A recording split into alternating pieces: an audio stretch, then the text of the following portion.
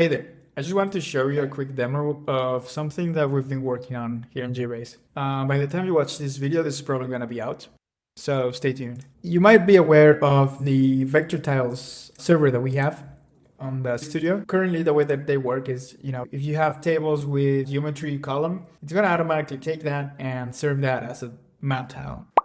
And the same works for functions as long as they have the signature that includes the parameters needed for it. Well, we just added another one, which is called raster tiles. And it is a modern dynamic tile server that's specifically designed for remote sensing and other advanced raster operations. It basically enables real-time processing of geospatial data, such as like TIFF files or elevation models or other satellite data.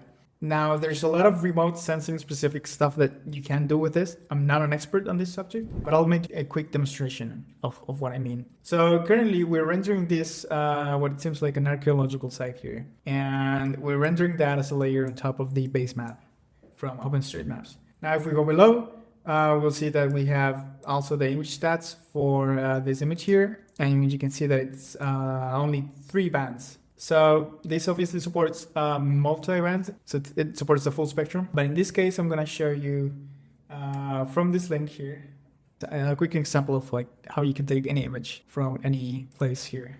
So I'm just going to take this one that's right here. I'm going to copy the link address and I'm going to paste it here. And you see that it immediately takes effect. And if I zoom in, you'll see that we are loading more and more detail. This one's pretty high resolution. I'm going to close this now. Say that you're an expert in remote sensing and you know what you're looking for. Right now I'm just going to type in any values here.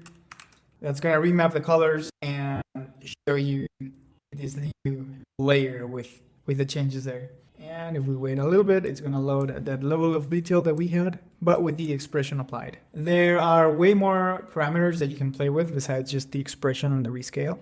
As you can see, it's also just a 3-band image. And you can see the docs here on the detailed documentation for everything that you have access to. We're essentially serving the whole API.